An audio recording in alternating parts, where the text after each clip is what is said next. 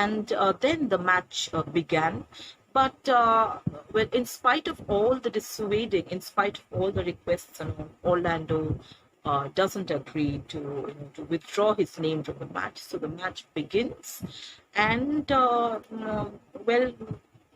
well, some sort of a miracle happens, because Orlando is so much full of confidence, and uh, these ladies poured so much of love, loving words in his ears, maybe. So he got kind of kind of a wonderful confidence, and he was able to defeat that professional wrestler, Paul Charles. Yes. So he wins the match, and finally he is brought in front of the new Duke, Duke Frederick. And this young man, he introduced himself as Orlando, the son of Sir Roland de Boys.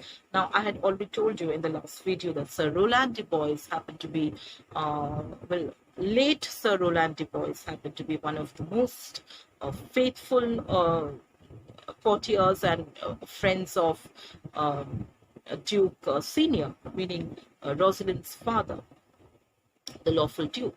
So on hearing this, on hearing the name of Sir Roland de Boys, who was a faithful supporter of Duke Senior, the new Duke, that is Duke Ferdinand, becomes very angry, and he wishes that this boy would have been the son of somebody else. And he is like too angry, and he leaves the place in anger and all. So he's not at all happy with Orlando.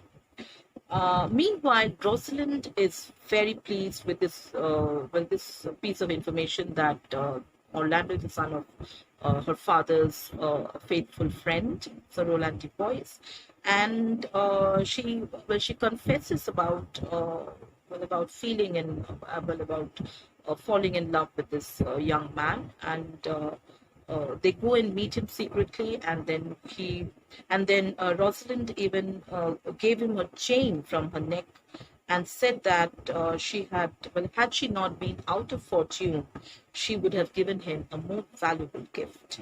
But that was a gift of love from Rosalind to Orlando. And then after all of this, Frederick is very angry. He's very angry with Orlando, for being the son of Sir Roland de Boys, and it reminded him of the many faithful friends of the banished Duke, and he was extremely jealous of the Duke. And he was also displeased with Rosalind, because she was such a well-behaved girl, and she was such a nice girl, and almost everyone loved her father, that is the lawful Duke Senior. So everyone was full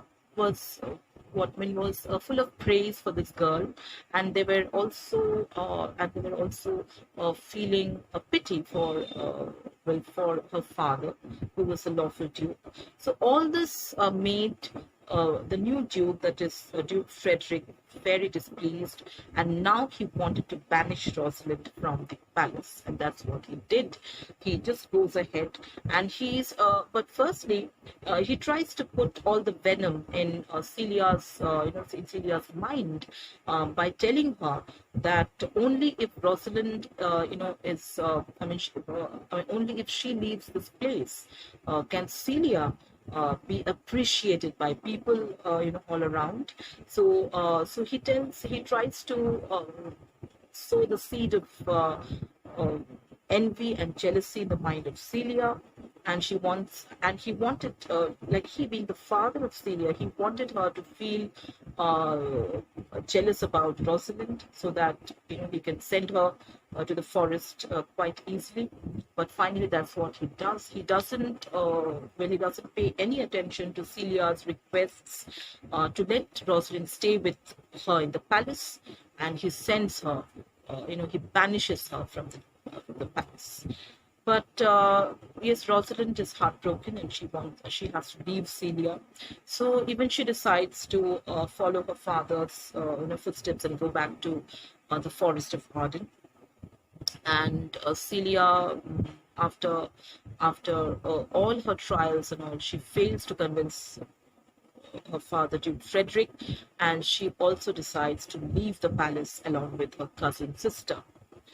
And this is how, I mean, both the girls, they are leaving the palace now, and they decide to leave the palace in disguise, so that people do not, do not recognize them. And so Rosalind decides to, take the getup of a young uh, simple boy, of a peasant boy, and Celia decides to take the to wear the dress of, or to wear the clothes of a shepherd girl, and then they leave the palace. So the next video is going to come soon. So please do subscribe and like the video if you want, because if you like the video, my friends, that really keeps, that really matters, because it keeps me motivated. It keeps, well, it would keep anyone motivated for that matter. So thumbs up.